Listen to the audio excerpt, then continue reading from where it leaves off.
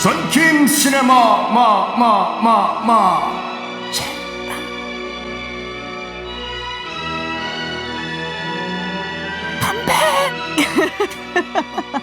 아유 정말 네. 뭐 언제나처럼 아주 정말 열정적으로 오프닝을 해주시는 우리 썬킴 사이버 한국외국어대학교 교수이십니다. 어서 오세요. 안녕하십니까. 네, 뭐 어떤 영화인지 이제 다 아실 것 같아요. 말씀하신 대사를 들으셔서. 그 당시에 고장면은 그 외워가지고 패러디 하시는 분들이 상당히 많아서 대사 자체를 드카프리오 대사도 참 멋있어가지고 You're gonna promise me not yet. You're gonna die an old lady in the bed. 추위에 떨면서 했던. 떨면서 부캐에서 타이타닉 준비했습니다. 타이타닉. 뭐 너무 유명한 영화고 그때 아카데미상을 그해 11개. 여우주연상, 남우주연상 빼고 거의 다 탔어요. 제 기억에. 작품상, 감독상. 그 98년도 그 당시 그 아카데미상 수상식을 씹어 드셨죠, 그 당시요. 그러니까요. 네. 어마어마한 영화고. 자, 이거 사실은 레오나르도 디카프리오 빼놓을 수 없잖아요. 이 영화를 하면. 레오나르도 디카프리오가 그 솔직히 말해가지고 그 가장 할리우드의 두각을 나타냈던 영화가 그 길버트 그레이프. 어우, 너무 잘했어요, 연기. 네, 맞아요. 자니 뎁. 네. 그거로 이제 두각을 나타냈는데, 그러니까 정말 이제 그 연기파 배우로 이제 이제 입성을 한 것은 네네. 이 영화가 처음이죠. 자, 뭐 다들 아실 것 같지만 그래도 소개를 좀 해주세요. 1912년 4월 12일가 이제 영국을 출발해가지고 뉴욕을 향하던 타이타닉호가 뉴펀들랜드 지역이라고 해가지고 캐나다 북쪽에 있는 캐나다죠. 유빈 지역이거든요. 거기를 과속으로 달리다가 유빈과 충돌해서 4월 14일에 침몰을 해요. 그래서 1,500명 이상이 사망한 그런 끔찍한 사고를 바탕으로 한 영화인데 방금 말씀하신 것처럼 그 아카데미상 98년도에 11개 상을 수상했지 않습니까? 네. 제임스 카메론 감독이 굉장히 그 컴플렉스가 있었어요. 왜요? 뭐? 그 솔직히 이 영화 이전까지만 하더라도 뭐 터미네이터 2 이런 것들로는 상업적인 성공을 거뒀지만 그렇죠. 약간 캐나다 출신 B급 감독이라는 그런 낙인이 찍혀가지고 그러니까 굉장히 상처를 많이 받았대요. 특히 뭐 돈은 많이 벌었지만 네. 터미네이터 1편 같은 경우에도 물론 상업적으로 성공했지만 굉장히 그 B급 영화의 대표적인 케이스거든요. 그 CG로 만들 돈도 없어가지고 네. 그 스톱 모션이라고 해서 네네. 한 컷 찍고 움직이고 한 컷 찍고 움직이고 한 컷 아, 찍고 그래요? 그 1편 보시면 굉장히 허접 해요. 아니 뭐 저도 기억에 뭐 굉장히 와 진짜 끝내준다 이런 건 아니었죠. 그 재밌었거든요. 스토리 재밌죠. 네, 그래서 별 생각 없었는데 다시 한번 봐야겠네요. 그래가지고 특히 이제 AFI라고 해서 아메리칸 네. 필름 인스티튜트라고 해서 미국 영화 연구소 어떻게 보면 이 할리우드에서 인싸들만 모이는 건데 네네. 거기에 제임스 카메론은 안 껴줬대요. 아. 이러한 캐나다 출신 B급 감독. 원래 또 캐나다 약간 무시해요 미국 사람들이. 우리 그런 위해서 게 뭐 하는 있어요. 거야? 그렇죠. 그래서 그 이 98년도 아카데미 수상식 때 그 감독상을 받을 네네. 때 대사를 외쳤지 않습니까? I'm the king of the world. 카메론 감독이 너희들 봤냐? 내가 할리우드를 이제 지배한다. 서름을 씻었다고 하죠. 아, 저는 그냥 약간 오바스럽다라고 생각만 했었는데 그런 또 스토리가 얼마나 있었군요. 서러웠으면. 근데 이게 원래는 제작을 좀 꺼렸다고 들었어요. 돈이 너무 많이 들어서 그렇겠죠? 그런 것도 있고 네. 90년도 이 초중반만 하더라도 물과 관련된 블록버스터는 다 망했어요.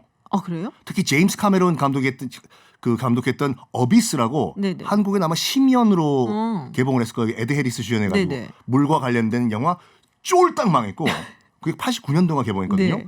그런 다음에 아직까지 그 기록을 못 깨고 있는데 물과 관련된 최악의 폭망 블록버스터 케빈 코스터의 워터월드 그걸 봤어. 근데 심지어 저는 왜돈 보고 말 걸 내고 극장에서 봤어요. 그걸 왜 돈 내고 그게 95년도에 나왔거든요. 네. 그래서 헐리우드 제작자 입장에서는 어비스 네가 감독해서 망했지 케빈 코스터 주연해가지고 워터월드 망했지 네네. 또 물영화 난 돈 못 대준다. 근데 사정사정해서 겨우겨우 만들었다고 하죠. 근데 참 보면서 그게 있는 것 같아요. 이 타이타닉의 스토리는 뭔가 사람들이 매료되는 게 약간 있긴 한데 그래서 굉장히 고증도 열심히 했다는 얘기를 들었고 그렇죠. 거기 뭐 실존 인물들이 굉장히 많이 나오잖아요. 나오는데 실존 인물 가운데서 가장 그 우리에게 감동을 줬던 것이 노부부가 네네. 그 침대에 누워가지고 맞아요. 서로 안고. 서로 꼭 안고 우리 같이 죽읍시다. 그게 실존 인물이었거든요. 스트라우스 부부라고 아하. 해가지고 그 뉴욕에서 그 당시 가장 큰 지금도 크지만 네. 그 백화점인 메이시 백화점의 네네. 그 CEO였거든요. 아. 그러니까 정말 백만장자이고 그 당시에 구명정이 충분히 탈 수도 있음에도 불구하고 네네. 여보 이제 우린 여기서 그냥 생을 같이 마감합시다. 아유. 라는 것도 있었고 그다음에 하틀리라고 바이올린 키는 그 네네네. 악단 그것도 실존 인물이었거든요. 아. 그 하틀리 같은 경우에는 그 시신이 발견됐어요. 그래요? 네, 시신이 인양되고 옆에서 그 당시 썼던 마지막 바이올린도 인양이 됐는데 네. 이걸 박물관에 기증을 해야지 이게 또 경매가 됐네. 아. 누가 사갔어요? 누가 사갔겠죠. 아, 그렇군요. 근데 이게 이제 뭐 타이타닉호가 그러고 나서 그래도 여러 가지 이제 해양에 관련된 사고에 관한 법이라든지 뭐 안전법이라든지 이게 굉장히 많이 바뀌었다고는 하더라고요. 그게 1912년도에 사고 나고 1914년도 그 2년 후에 국제 빙상 페트롤이라는 그 협약이 만들어졌는데 아시다시피 그 뉴펀들랜드 지역 네네. 여러분들 좀 혹시 모르시는 분들 지도 보시면 캐나다 음. 북동쪽에 있는 맞아요. 유빙지대인데 네.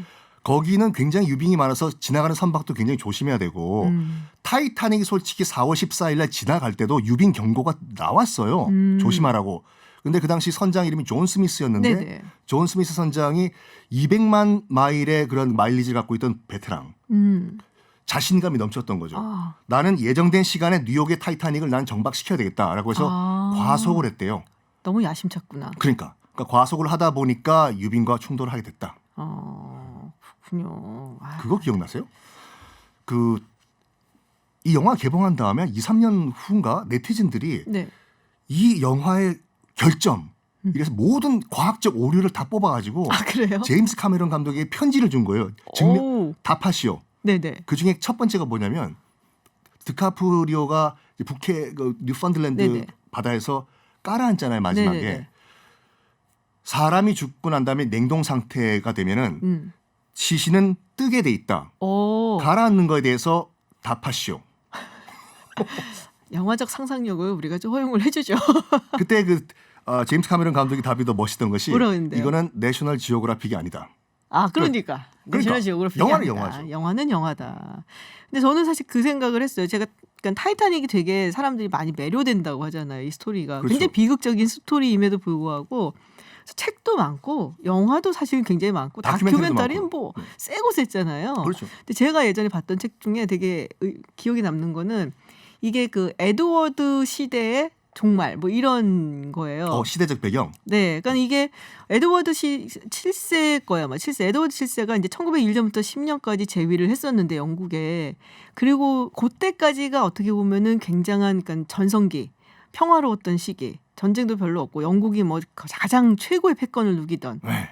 뭐 해상력 하면 또 그 당시 또 그렇죠. 영국이었으니까 그리고 나서는 이제 1914년에 1차 세계대전이 나고 1917년에 러시아 혁명이 일어나고 그렇죠. 굉장히 세계가 막 정말 걷잡을 수 없는 변화 속으로 들어가잖아요. 급변을 해버리죠. 네, 그래서 그때까지가 우리가 아주 평화롭고 행복했었던 찬란했던 낭만적인 시기로 기억하는 마지막이었다라고들을 이야기들을 많이 해요. 근데 사실은 그때 전조가 되게 많았어요. 이미 뭐 노동자 운동이라든지 그리고 여성들은 참정권을 달라고 시위 그렇죠. 굉장히 네. 많이 하던 때였고 그래서 어떻게 보면은 이게 세계가 시대가 변하기 시작하는 바로 그 시점에서 마지막 정점을 찍고 온 게 타이타닉이 아닌가. 그래서 거기서 이제 레오나르도 디카프리오는 약간 굉장히 당당하면서도 똑똑하고 할 말 다 하는 노동자 계층의 사람으로 나오고 그게 반대돼 갖고 얘기하는 사람들은 아주 막 허세가 쩔고 무슨 뭐 사치도 심하고 가식적인 상류 측 사람들 대립하는 장면 그런 시대적인 묘사가 아니었을 거라는 생각을 좀 했어요. 근데 역설적으로 또 그 타이타닉 침몰로 인해서 1차 대전에 미국이 참전할 수 있는 명분이 또 생긴 것이 아시다시피 1912년에 타이타닉이 이제 침몰하고 그쵸. 1914년도에 이제 그 빌헬름 2세가 또 뻘짓해가지고 또 아유 비스마르크 말 좀 듣지. 그러니까 왜 아버지는 안 그랬는데. 1세는 안 그랬어. 2세가 네. 비스마르크 어쨌든 1914년도에 1차 대전이 터진 다음에 우드로 윌슨도 고립주의가 아니라 참전을 하고 싶었어. 1차 대전. 우리 밀떡의 입장에서 봤을 때는. 근데 모든 전쟁은 명분이 있어야 되는 거 아닌가. 그래서 1915년도에 유보트가 네. 루시타니아호를 침몰시켜요. 그 영국 그 여객선을. 네. 그 당시 몇 명의 미국 민간인도 타고 있었거든요. 이걸 계기로 1차 대전에 참전을 하자라고 마음 먹는 순간 독일이 바로 사과를 하면서 1차 참전 기회는 넘어가고 나중에 이제 유보트가 무제한 그 공격 작전을 펼치면서 1917년에 드디어 미국이 1차 대전에 참전하게 되죠. 네. 그런데 뭐 그때만 해도 뭐랄까요? 미국은 여전히 그러니까 우드로 윌슨은 안 그랬다고 하더라도 의회나 미국 국내 정치는 우리 뭐하러 저기 의회에다 뭐 그냥 유럽 애들끼리 알아서 하려 그러지 언제 쟤네들이 언제 잘해주겠다고 그러면서 그런데 싫어했죠. 이전에는 벌써 미 스페인 전쟁 통해 가지고 부에르토리코, 괌, 필리핀 다 후루룩 짭짭 드신 상태예요. 그 티오도르 루즈벨트가 조금 다른 케이스긴 그렇죠. 했어요. 네. 예, 그래서 그쪽은 정말 해군력을 키워야 된다라고 이야기를 많이 했던 때고. 그래서 어떻게 보면은 영국의 그 해군, 뭐 이거에 뭐 독일 그리고 미국, 러시아 뭐까지 전부 다 이제 영국에 도전을 하고 특히 독일이 도전해 오는 것에 굉장히 겁을 냈었던 시기여서 그렇죠. 그런 어떤 뭐랄까요, 그 영국의 정점을 찍고 제국의 정점을 찍고 내려오는 시기라 많은 사람들이 약간 향수를 갖고 있는 게 아닌가. 방금 말씀하신 것처럼 빌헬름 2세가 네. 영국 따라잡는다고 해군력만 안 키웠어도 2차 대전은 안 일어났을 수도 있었어요. 아버지 말 들으라니까요. 아 그래도 뭐 잘 나가면 또 그 생각하고 싶겠죠. 이름 그렇죠. 뭐였죠? 그 트리피츠였나? 그렇죠. 네. 네, 맞아요. 그래서 사실은 굉장히 역사적인 이제 뭐 밀떡의 입장에서도 그렇고 이거는 굉장히 다른 시각으로도 바라볼 수 있는 그런 영화가 아닌가라는 생각이 듭니다. 맞습니다. 자, 그래서 오늘 타이타닉 이야기를 좀 함께 나눠봤는데 뭐가 생각나세요? 짧게 한마디로. 그 영화상에서는 뭐 그 1등석 승객들이 다 먼저 보트에 타겠다라고 네네. 뛰어들었다고 하는데 실제 그 사료에 따르면은 정말 노블리스 오블리주를 오. 실천했다고 해요. 그 일단 원칙이 여성과 여성, 아이 아이들, 먼저 맞아요. 태우자. 그리고 그 당시 영국 상류층의 1등석에 타고 있던 사람들도 우리가 구차하게 목숨 구걸하고 저기 타는 이 차라리 여기서 죽자. 노블리스 오블리주를 지키자. 아, 알겠습니다. 굉장히 아주 의미 있는 그런 말씀이셨습니다. 네, 썬킴 시네마 오늘은 타이타닉으로 함께했습니다. 썬킴 교수님, 저희는 다음 주에 또 뵙겠습니다. 네, 고맙습니다. 감사합니다. 네, 김지윤의 이브닝쇼 오늘 방송은 여기까지입니다. 저희는 내일 다시 찾아오겠습니다. 지금까지 김지윤이었습니다.